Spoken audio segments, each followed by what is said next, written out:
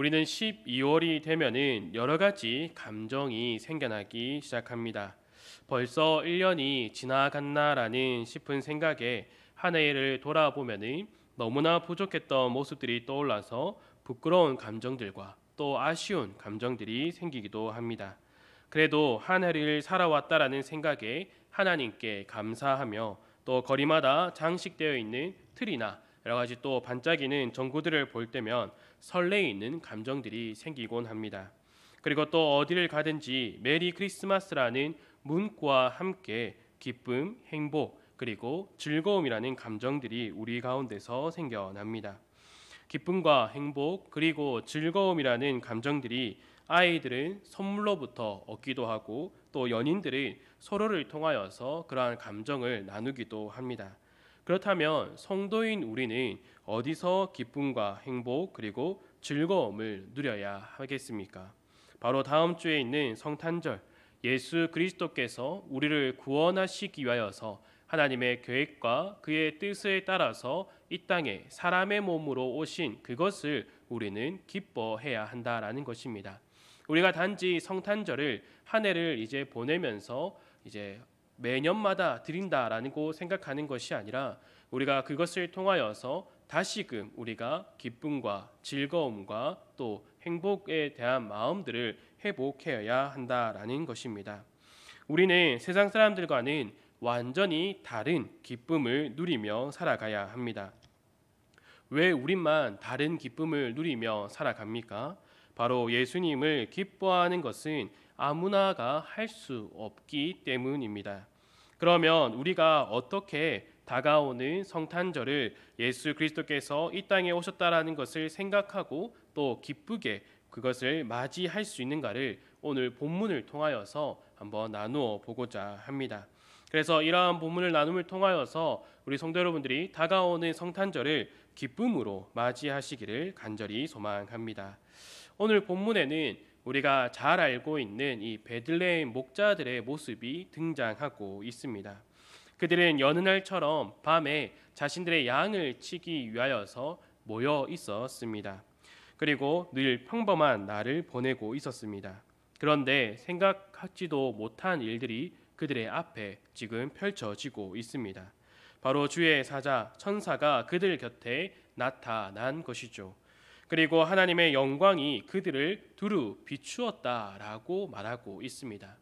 그 어두운 밤 가운데서 하나님의 그 영광의 빛이 그들 가운데 비춰지고 또 천사가 호련히 나타났다라는 것이죠.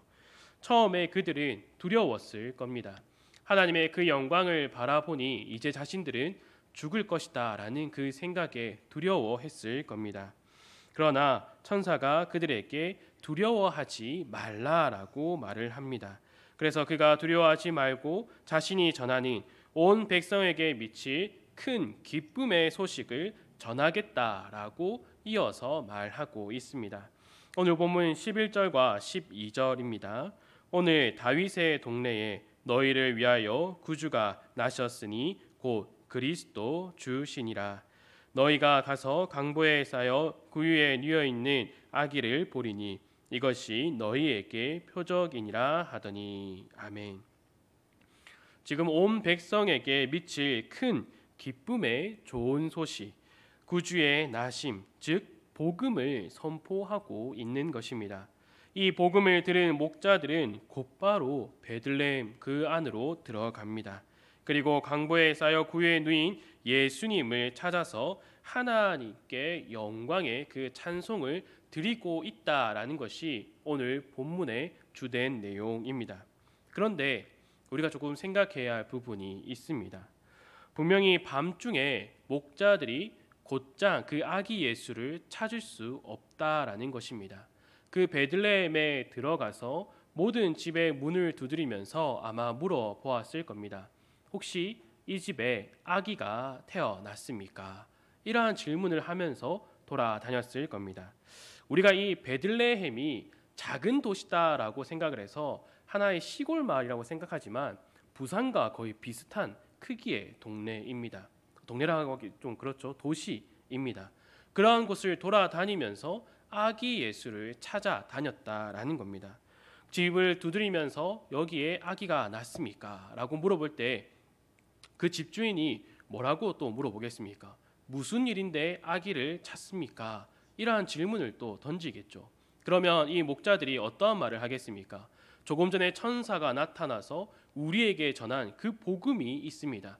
우리가 그토록 기다렸던 그 구주 메시아가 오늘 이 도시에 태어났다라고 우리에게 알려줬습니다라고 말했을 겁니다. 그러나 우리가 오늘 본문을 통하여서 알 수 있는 것이 무엇입니까? 그 베들레헴 사람들이 함께 달려가서 아기 예수를 보고 함께 하나님을 찬양했다가 아니라 그 목자들만이 하나님을 찬양했다라고 나오고 있다라는 것입니다.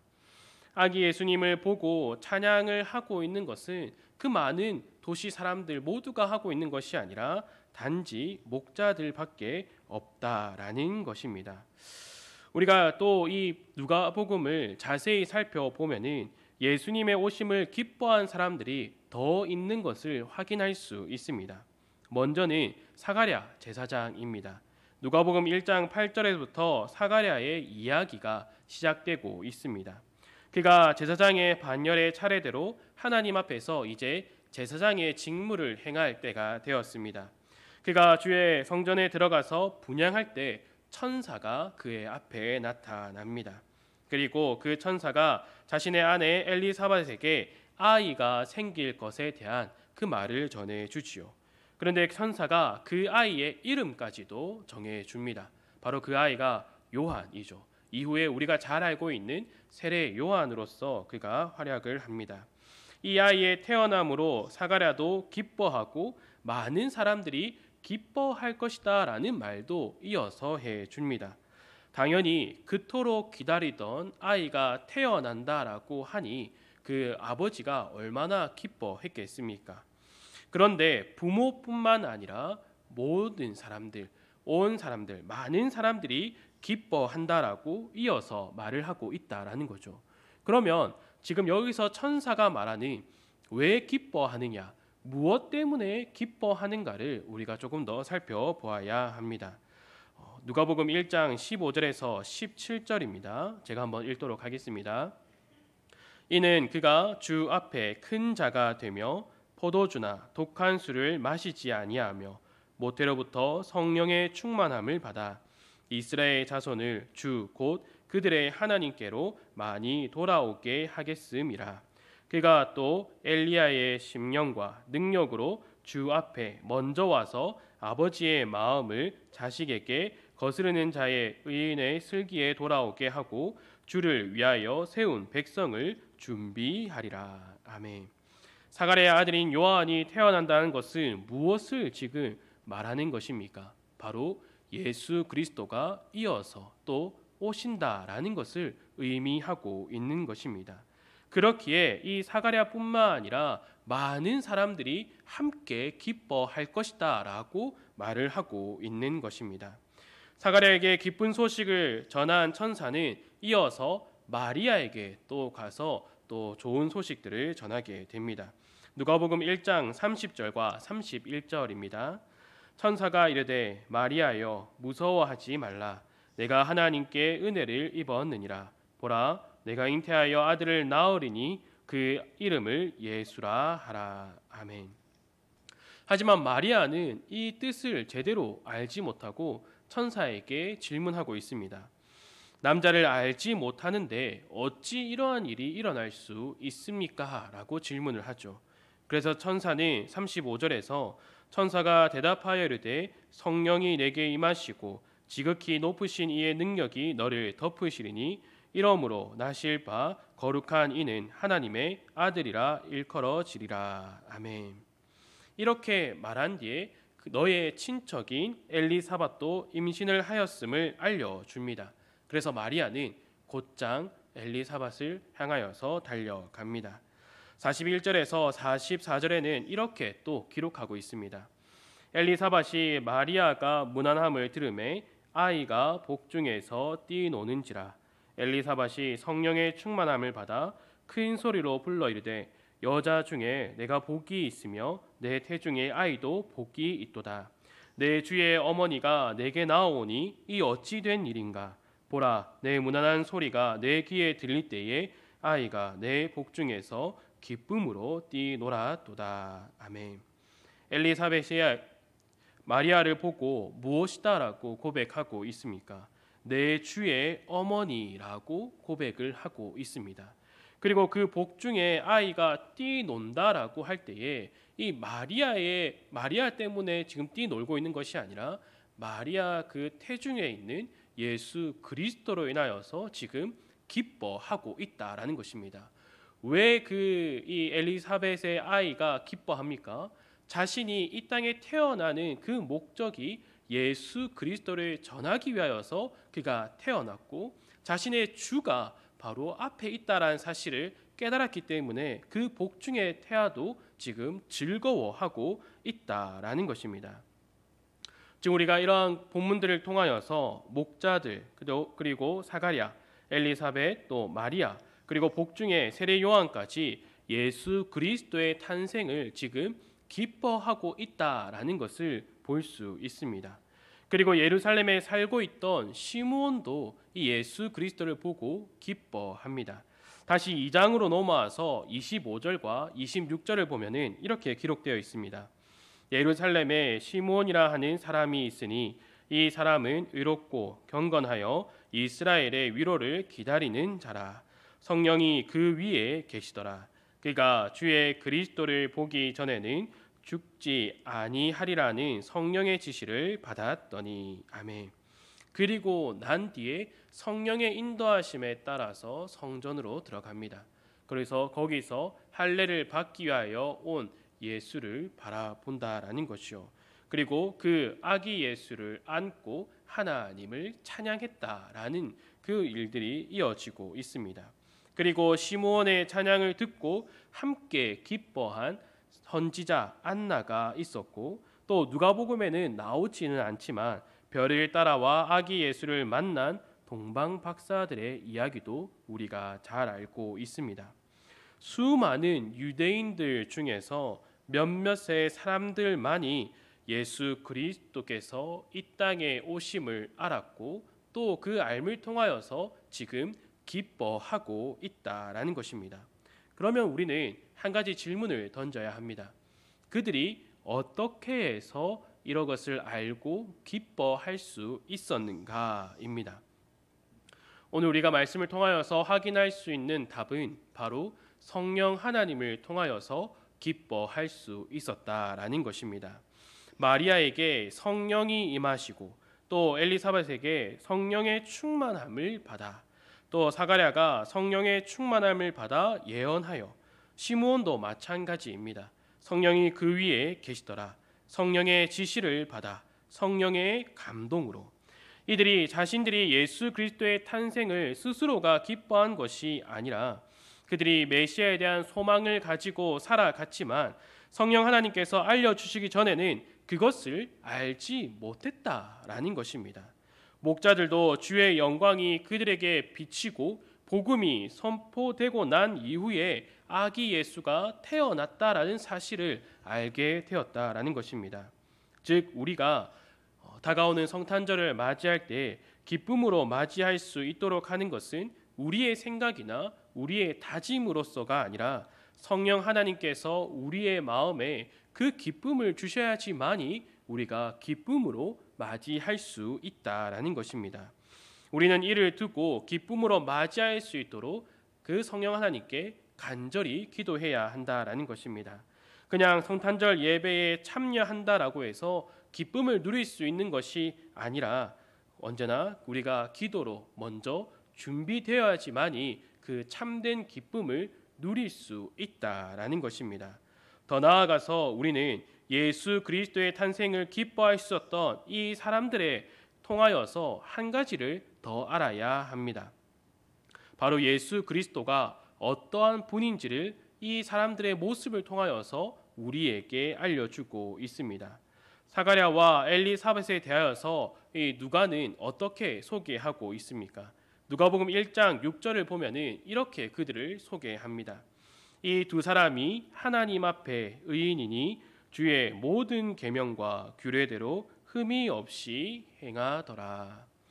예수 그리스도께서 완전한 의인으로 또 하나님의 율법과 계명을 모두 지키시고 완성하시는 자로 오신다라는 것을 이 두 사람의 모습을 통하여서 우리들에게 알려주고 있는 것입니다.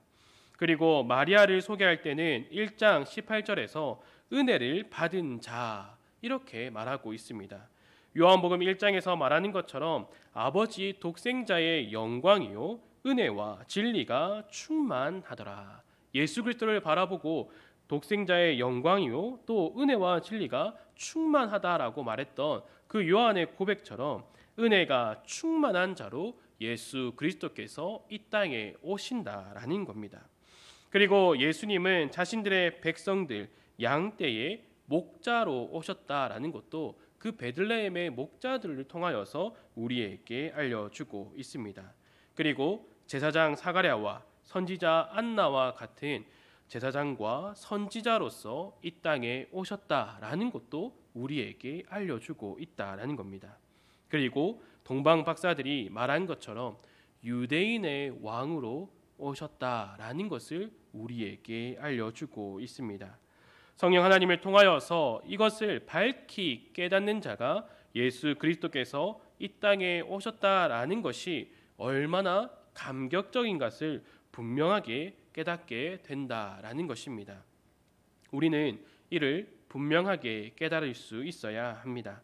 성탄절을 기쁨으로 맞이하는 것의 반대는 그저 그런 날로 그냥 잠시 예배를 드리고 돌아갔다라는 것을 의미하는 것이 아니라 슬픔 가운데서 보내게 된다라는 것임을 분명히 아시기를 바랍니다.